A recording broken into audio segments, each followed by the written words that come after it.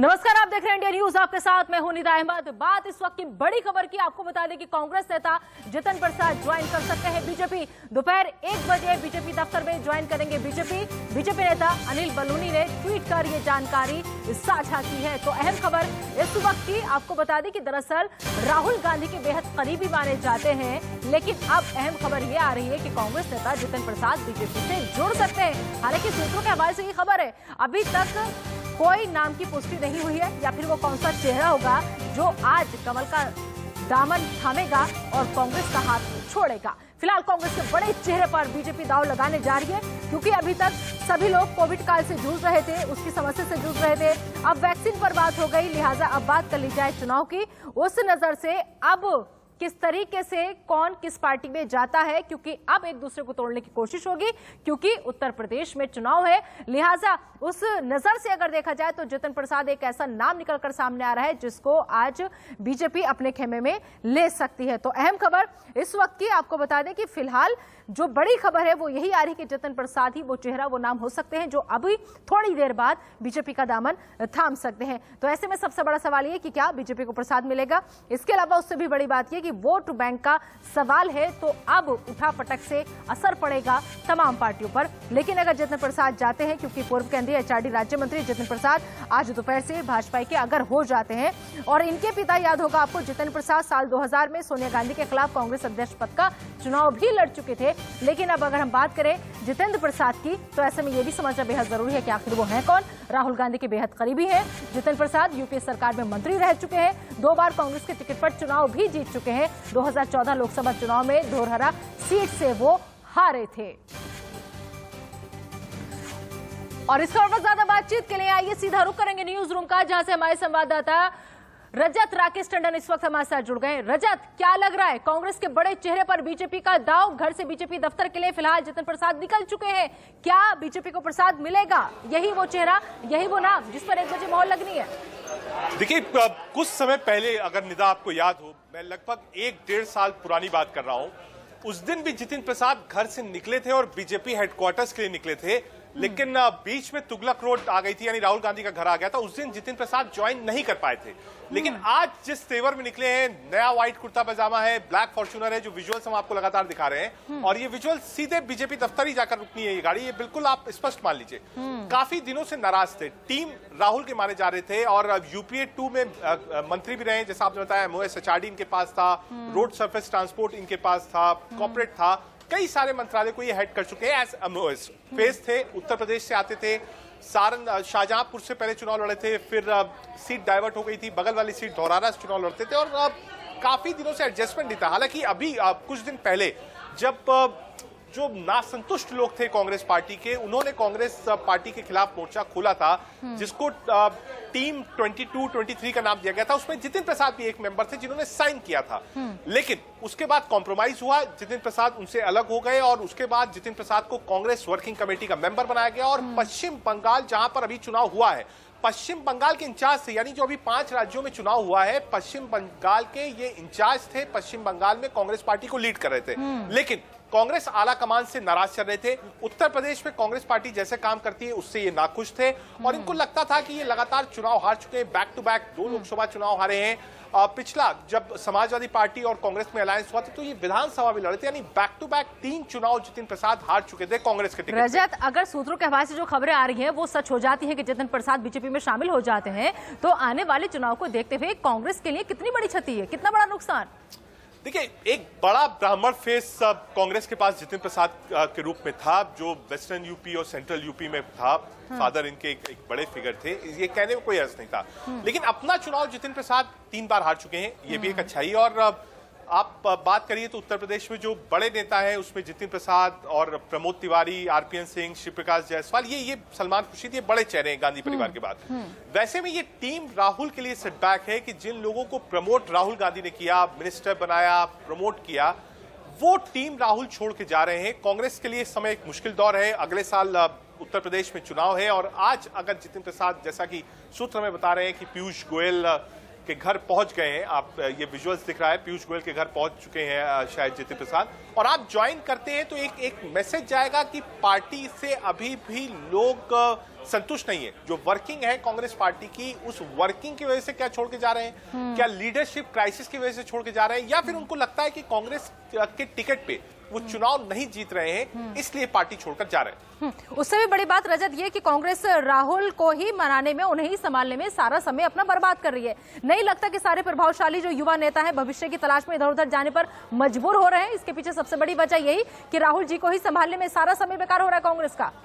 बिल्कुल, देखिए अभी कांग्रेस को कैसे आगे चलना है, 5 राज्यों में बहुत अच्छे परफॉर्मेंस नहीं रहे और हर जगह हार का सामना करना पड़ा। एक तमिलनाडु को अगर आप छोड़ दीजिए तो पुडुचेरी में सरकार थी, वापसी नहीं होती है, पहली बार एनडीए सरकार बनाती है। असम में रिपीट होता है सीए एनआरसी के विरोध के बाद भी। पश्चिम बंगाल में आपके पास बहुत कुछ था नहीं, लेकिन आप प्रमुख विपक्ष दल थे, आज 0 सीट्स पर आप खड़े हुए हैं। आज विपक्ष दल वहां बीजेपी हो गया है। तो ये आप चारों तरफ देखिएगा तो कांग्रेस पीछे जा रही। तो ऐसे में जो लीडर्स हैं उनको भी लगता है कि उनका आगे राजनीतिक भविष्य क्या होगा, पहली बड़ी बात। दूसरी बड़ी बात, अगर लीडरशिप क्राइसिस है और जिस स्टेट से आप आते हैं उस स्टेट में आपके पास कुछ नहीं है, तो ऐसे में आदमी फिर एक राजनीतिक फैसला लेता है। और ये मुझे लगता है कि पहले भी ये फैसला हो गया था, लेकिन उस वक्त नहीं जा पाए जितिन प्रसाद। उस समय राहुल गांधी से मिलने पहुंच गए थे। ज्योतिरादित्य सिंधिया जो कि करीबी माने जाते हैं जितिन प्रसाद के, ज्योतिरादित्य सिंधिया ने ही जितिन प्रसाद को रोका था, बातचीत करी थी, क्योंकि उस वक्त वो प्रियंका गांधी के साथ उत्तर प्रदेश के सह प्रभारी थे। आज खुद ज्योतिरादित्य सिंधिया बीजेपी में, तो जो एक्टिंग फोर्स है वो आप देखिए, सिंधिया वहां पर है, जितिन प्रसाद उनके करीबी माने जाते हैं, एक फैमिली फ्रेंड्स है दोनों आपस में। तो कोई एक्टिंग फोर्स ऐसी है नहीं जो आज इस गाड़ी को रोक पाए। पिछली बार भी ये गाड़ी स्टार्ट हुई थी, घर से निकली थी, लेकिन बीजेपी दफ्तर नहीं पहुंच पाई थी, लेकिन इस बार पीयूष गोयल के घर पहुंच गए। तो सिंधिया भी भाजपा बने थे और अब भाई जितिन जी भी भाजपा बनकर देखना चाहते हैं क्या, कि क्या रहेगा उनका भविष्य? मुझे लगता है कि देखिए, पार्टी के साथ साथ आदमी कई बार अपनी खुद की भी राजनीति देखता है, और मुझे लगता है कि जितिन प्रसाद को लगता है कि भाई उनकी अपनी जो पॉलिटिक्स है, क्षेत्र की पॉलिटिक्स है, उत्तर प्रदेश की पॉलिटिक्स है, वो शायद कांग्रेस में रह के पूरी नहीं हो पा रही है, इसीलिए आज वो बीजेपी का दामन थामने जा रहे हैं। बिल्कुल नहीं लगता रजत कि कांग्रेस को अब चाहिए कि पार्टी परिवार से निकलकर लोकतांत्रिक पार्टी बने, तो शायद ज्यादा बेहतर होगा उसके लिए परिवारवाद छोड़ना होगा? बिल्कुल, देखिए आप पार्टी को ये सोचना पड़ेगा, क्योंकि एक के बाद एक आप लूज नहीं कर सकते, और उन लोगों को आप लूज कर रहे हैं जिनको आपने देश में चेहरा बनाया है, जिनको आपने ब्रांड्स बनाया है, तैयार किया है, आज वो लोग आपको छोड़ के जा रहे हैं। तो ऐसे में पार्टी को भी तय करना पड़ेगा कि पार्टी की फंक्शनिंग कैसे हो, डिसीजंस कैसे हो, अलायंसेस कैसे हो, चुनाव की तैयारी कैसे हो, कैसे पार्टी का बूथ लेवल मजबूत किया जाए। ये एक बड़ा सवाल है, और मुझे लगता है कांग्रेस को आत्ममंथन करना पड़ेगा जितिन प्रसाद के जाने के बाद कि आगे पार्टी कैसे चले तो और लोग छोड़ के ना जाए। बिल्कुल, और ऐसे वक्त में सबसे ज्यादा जरूरी हो जाता है कि अगर कोई साथी नाराज है तो उसे मनाने की कोशिशें की जाती है, या फिर जैसे कि आप बताने कि काफी वक्त से नाराजगी थी उन्हें, लेकिन इस बीच शायद किसी ने भी कोशिश नहीं की उनकी परेशानी समझने की या फिर उनसे बातचीत की जाती, तो शायद कम्युनिकेशन गैप था। और जो मेरी जानकारी है, जब पश्चिम बंगाल के भी इंचार्ज थे, लगातार पश्चिम बंगाल का दौरा कर रहे थे, बीच में कोविड ग्रसित भी हुए थे, वापस आना पड़ा था इनको, उस समय भी आप देखिए बहुत ज्यादा रोल पश्चिम बंगाल में जितिन प्रसाद के पास था नहीं, उससे भी वो नाराज थे। जो रोल पश्चिम बंगाल में मिला था, जो फंक्शनिंग जितिन प्रसाद की थी, जो एरिया ऑफ वर्क था, उससे भी जितिन प्रसाद नाराज थे कि उनको बहुत कुछ मिला नहीं पश्चिम बंगाल में करने के लिए। हालांकि पार्टी की बहुत बुरी हार हुई, उस हार की जिम्मेदारी भी जितिन प्रसाद की, क्योंकि इंचार्ज थे, लेकिन जितिन प्रसाद का ही कहना था कि जो कुछ मिलना चाहिए था, अधिकार होने चाहिए थे एज पार्टी इंचार्ज ऑफ पश्चिम बंगाल, वो उनको नहीं मिला था। लेकिन रजत इतने लंबे वक्त से साथ में थे, लेकिन अब कहा यह भी जा रहा, सोशल मीडिया पर भी ट्रेंड करने लगा है, जिस तरीके से नाम जैसे जितिन प्रसाद का सामने आया तो अब सीधा सीधा लोग लिख रहे हैं कि पिता भी गद्दार और पुत्र भी गद्दार। देखिए, ये मुझे लगता है ये जोड़ के लोग देखेंगे, क्योंकि वो भी सोनिया गांधी के खिलाफ चुनाव लड़े थे, लेकिन उसके बाद ये कहना कि भाई चीजें बिल्कुल अलग थी, ऐसा नहीं था। जितिन प्रसाद को मौका दिया गया, उस समय जितिन प्रसाद जी इस दुनिया में नहीं थे, लोकसभा का टिकट दिया गया, एमपी बनाया गया, उसके बाद मिनिस्टर बनाया गया फर्स्ट टाइमर को। तो ये कहना कि पार्टी ने मौका नहीं दिया, मैं शायद इसको गलत मानूं। बिल्कुल, लेकिन उससे भी बड़ी बात यह है कि कांग्रेस अभी भी ऐसे वक्त में है जब सब जगह से, ज्यादातर कई राज्यों से उसका सुपड़ा साफ हो चुका है, और अभी भी स्थिति यह है कि वो अपने ही बड़े नेता को संभाल नहीं पा रही है, और इसी तरीके से लगातार एक के बाद एक चेहरा वो खो दे रही है। तो ऐसे में रजत नहीं लगता कि बहुत ज्यादा आत्ममंथन की जरूरत है कांग्रेस को, क्योंकि अगर अभी नहीं संभले तो कब संभलेंगे? बिल्कुल देखिए, ये मुझे लगता है आत्ममंथन है और इसीलिए बार बार कहा जा रहा था कि एक चिंतन शिविर कांग्रेस पार्टी को बुलाना था। हालांकि कोविड के चलते वो चिंतन शिविर नहीं बुलाया जा चुका नेता। लेकिन हाँ, आज जितिन प्रसाद के बाद हमको देखना होगा कि राहुल गांधी का रिएक्शन क्या है। उत्तर प्रदेश की जनरल सेक्रेटरी इंचार्ज खुद प्रियंका गांधी वाड्रा है, आप ये समझिए, कोई और आदमी इंचार्ज नहीं है। तो प्रियंका गांधी वाड्रा का क्या रिएक्शन आता है, राहुल गांधी का क्या रिएक्शन आता है जितिन प्रसाद का, दिलचस्प होगा देखना। बिल्कुल, लेकिन अगर हम बीजेपी की बात करें यहाँ पर रजत, तो नहीं लग रहा कि कोविड खत्म, वैक्सीनेशन का सारा काम खत्म, अब सिर्फ सारा फोकस जो करना है वो चुनाव पर करना है। देखिए, ये मुझे लगता है जो भी वैक्सीन है, कोविड है, ये सरकार का काम है। आप इसमें थोड़ा सा मैं आपसे डिफर करूंगा। ये सरकार का काम है। कोविड वैक्सीन, कोविड मैनेजमेंट, बच्चों की रक्षा, ये सब कुछ सरकार का काम है। राजनीतिक पार्टियां अपना काम करती रहती हैं। अगर अगले साल उत्तर प्रदेश में चुनाव है, बीजेपी एज अ पार्टी, उसका पूरा अधिकार है कि वो दूसरे दल के लोग जो उसके काम के हैं, जिनसे उन्हें वोट मिल सकता है, परसेप्शन मिल सकता है, छवि सुधर सकती है, वो ज्वाइन कराएंगे और अपने चुनाव की तैयारी करेंगे। तो कुल मिलाकर कहा जा सकता है कि उत्तर प्रदेश में गेम इज ऑन, रजत। बिल्कुल देखिए, और आप ये मत सोचिए कि ये कोई लास्ट है। आप देखेंगे कि कुछ लोग बीजेपी में हैं, वो भी समाजवादी पार्टी का उन्होंने दामन थामा है। पहले कई लोग कांग्रेस पार्टी में थे, वो समाजवादी पार्टी में गए। उत्तर प्रदेश देश का सबसे बड़ा और इंपॉर्टेंट राजनीतिक प्रदेश है। तो ये जो मूवमेंट्स हैं, अब से लेके 2022 तक के काउंटडाउन तक तेजी से चलेंगे।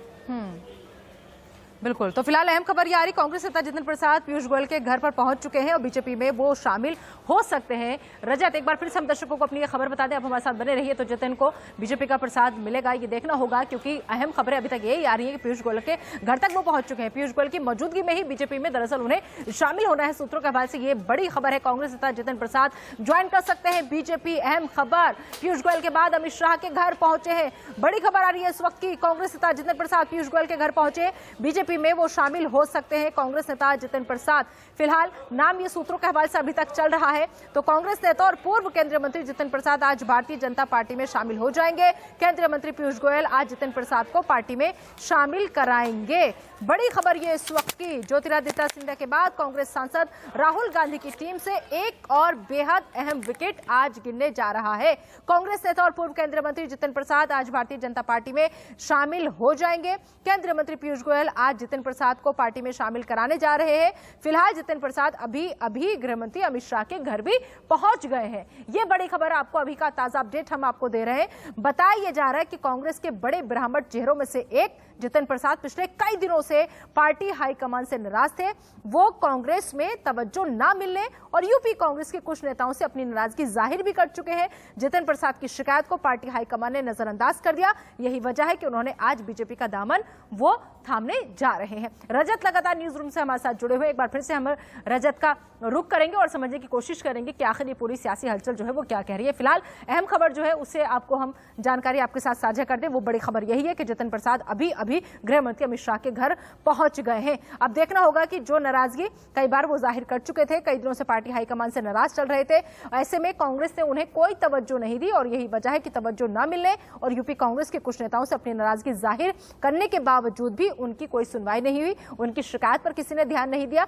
लिहाजा जितिन प्रसाद की शिकायत को पार्टी हाईकमान ने भी नजरअंदाज कर दिया था, ऐसी खबरें हैं और यही अब बड़ी वजह बनी है कि आज वो बीजेपी का दामन थामने जा रहे हैं। तो सूत्रों के हवाले से यह खबर, कौन है जितिन प्रसाद ये भी आप समझ लीजिए। राहुल गांधी के बेहद करीबी है जितिन प्रसाद। इसके अलावा आपको बता दें कि यूपीए सरकार में मंत्री रह चुके हैं जितिन प्रसाद।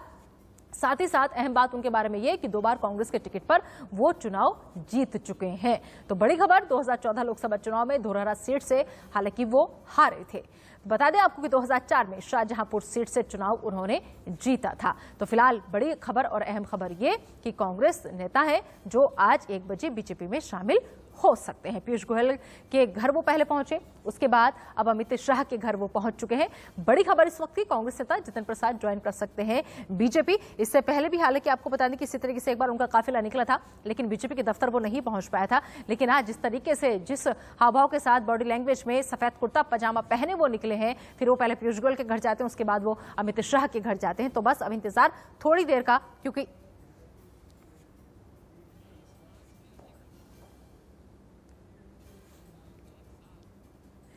तो फिलहाल ये जो तस्वीर हम दिखा रहे हैं, देखिए इन तस्वीरों को आप देखिए। पीयूष गोयल के बाद अब अमित शाह के घर पहुंचे हैं जतिन प्रसाद।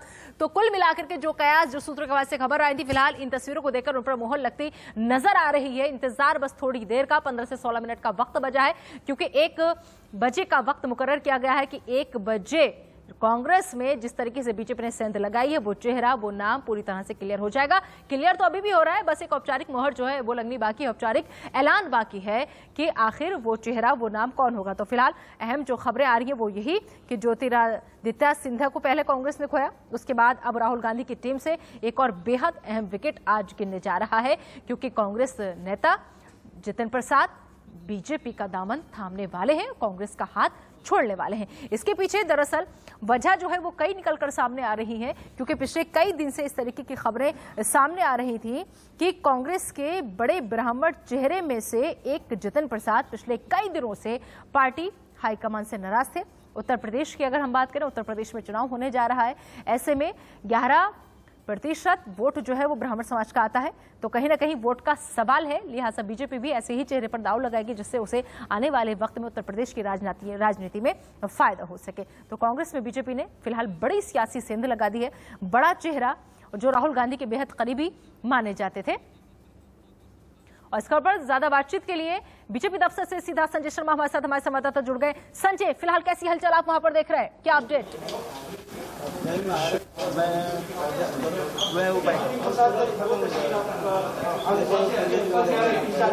संजय, आप तक आवाज पहुंच रही है? बिल्कुल आ रही है, बिल्कुल आ रही है। संजय, क्या ताजा अपडेट, कैसी हलचल इस वक्त बीजेपी दफ्तर में देखने को मिल रही है? क्योंकि खबर ये आ रही है कि जतिन प्रसाद बीजेपी ज्वाइन कर सकते हैं और वो पीयूष गोयल के साथ अमित शाह के घर भी पहुंच गए।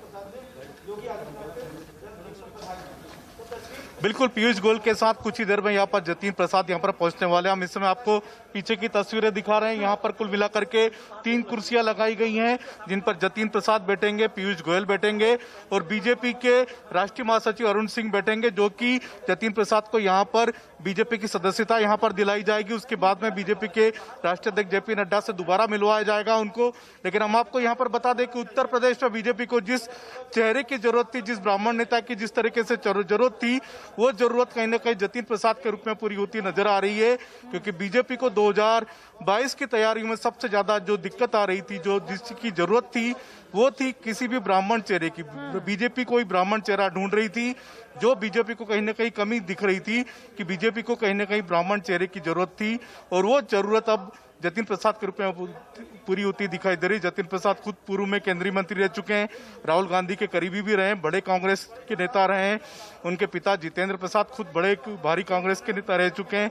लेकिन हम आपको यहाँ पर यह भी बता दें कि बीजेपी को जहां तक ब्राह्मणों की नाराजगी का सामना करना पड़ रहा था, वो अभी भी उनको ऐसा लगता है कि जतिन प्रसाद के रूप में कुछ कमी जरूर लगभग पूरी होगी। AK शर्मा को लाए थे प्रधानमंत्री, उत्तर प्रदेश में उन्होंने भेजा था MLC बना करके। ये भी मांग की थी कि AK शर्मा को वहां पर उप मुख्यमंत्री बनाया जाए। कहीं ना कहीं ब्राह्मण नेता की जो कमी थी बीजेपी की, वो पूरी करने की कोशिश की जा रही थी। वो कवायद को पूरी करने के लिए कि वो कमी जो दूर करने की कोशिश बीजेपी की तरफ से की जा रही है, ऐसे में इनसाइड स्टोरी है क्या जतिन प्रसाद के बीजेपी ज्वाइन करने की? और उससे भी बड़ी बात यह कि आखिर बीजेपी का वो कौन सा चेहरा है जिसकी पूरी भूमिका रही जतिन प्रसाद को इस तरफ लाने की? देखिए, ये तो अभी ये समय बताएगा कि जतिन प्रसाद को लेकर के कौन है। अंदर खाने की खबर है, इसके लिए हमको लखनऊ का भी इंतजार करना होगा। लेकिन हम आपको यहाँ पर ये बता दें कि जतिन प्रसाद खुद को कहीं ना कहीं आइसोलेट महसूस कर रहे थे कांग्रेस में। उनको ऐसा लग रहा था कि उनकी उपेक्षा हो रही है। जिस तरीके से प्रियंका गांधी के हाथ में उत्तर प्रदेश का पूरा की पूरा काम दे दिया था राहुल गांधी ने। पिछले लोकसभा चुनाव, विधानसभा चुनाव भी प्रियंका गांधी की देखरेख में लड़ाए गए थे। इस बार भी ऐसे ही लग रहा था कि प्रियंका गांधी ही उत्तर प्रदेश का विधानसभा चुनाव लड़ाएंगी।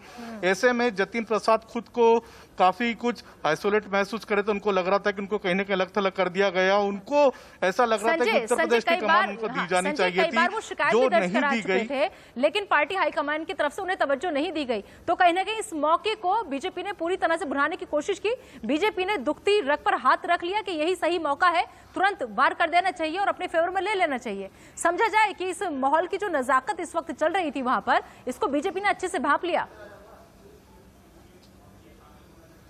बिल्कुल कांग्रेस के लिए बहुत बड़ा झटका है। राहुल गांधी की कोर टीम में माने जाते थे जतिन प्रसाद। जिस तरीके से ज्योतिरादित्य सिंधिया का जाना एक बड़ा भारी झटका था राहुल गांधी के लिए, लगभग उसी तरह का झटका है ये जतिन प्रसाद के रूप में, जो कि कांग्रेस को खास तौर से विशेष रूप से ये बड़ा झटका राहुल गांधी के लिए भी है, क्योंकि राहुल गांधी की कोर टीम में माने जाते थे जतिन प्रसाद, लेकिन उनकी बातें सुनी नहीं जा रही थी। संजय आप बने रहिए, संजय आप बने रहिए। लखनऊ से हमारे साथ हमारे संवाददाता जुड़ गए हैं, उनका हम रुख कर लेते हैं, क्योंकि जो सबसे बड़ी बात है, जैसे कि आपने कहा, उसके लिए लखनऊ जाना पड़ेगा। क्या लग रहा है, हमारे साथ अमित जुड़ गए। अमित, क्या लग रहा है कि जिस तरीके से अरविंद, माफ कीजिएगा अरविंद, जिस तरीके से देखिए सब कुछ जो होता है, जो गढ़ होता है वो लखनऊ ही होता है, ऐसी कुछ खबरें निकलकर सामने आ रही है कि आखिर वो कौन से नेता है जिनकी भूमिका सबसे ज्यादा अहम रही जतिन प्रसाद को मनाने में और कन्विंस करने में कि आपके लिए अब कांग्रेस में कुछ नहीं बचा, बीजेपी बेहतर ऑप्शन है। देखिए, मैं आपको बता दूं कि ब्राह्मण उत्तर प्रदेश के लिए बहुत अहम है, और मैं आपको बता दूं कि तीसरी सबसे बड़ी लार्जेस्ट जो नंबर है वो ब्राह्मणों का है। 10 ऐसी लोकसभा की सीटें हैं जो कि ब्राह्मण डिसाइड करता है, वहां का मतदाता डिसाइड करता है। वो सीटें मैं पहले आपको बता दूं, वो है बलरामपुर, बस्ती, संत कबीर नगर, महाराजगंज, गोरखपुर, देवरिया, जौनपुर, अमेठी, वाराणसी, चंदौली, कानपुर और प्रयागराज। आप सहज ही अंदाजा लगा सकते हैं कि इतनी सीटें जो भी कास्ट या जो भी वर्ग जिताने की हैसियत रखता है, उसके नेताओं की कितनी आवश्यकता है भारतीय जनता पार्टी में, इससे इनकार नहीं किया जा सकता। लोकसभा में जतिन प्रसाद पार्टी छोड़ने के लिए आमादा थे, लेकिन कांग्रेस नेतृत्व ने उस समय उनको मना लिया था, उस समय उनको समझा लिया था, लेकिन कांग्रेस नेतृत्व जतिन प्रसाद को कोई काम नहीं दे पाया। मुझे याद है अच्छी तरह से कि जतिन प्रसाद ने पूरे प्रदेश में ब्राह्मण सम्मेलन करने शुरू किए थे, लोगों को जोड़ने का काम शुरू किया था, जहां पे ब्राह्मणों के खिलाफ अत्याचार हो रहा था, अपनी तरफ से उन्होंने हर मुमकिन कोशिश की, लेकिन पार्टी हाईकमान की तरफ से उन्हें वो तवज्जो नहीं दी गई जो वो चाहते थे। फिलहाल इस खबर पर बड़ी खबर नजर हमारी बनी हुई, एक छोटा सा ब्रेक, बने रहिए इंडिया न्यूज के साथ।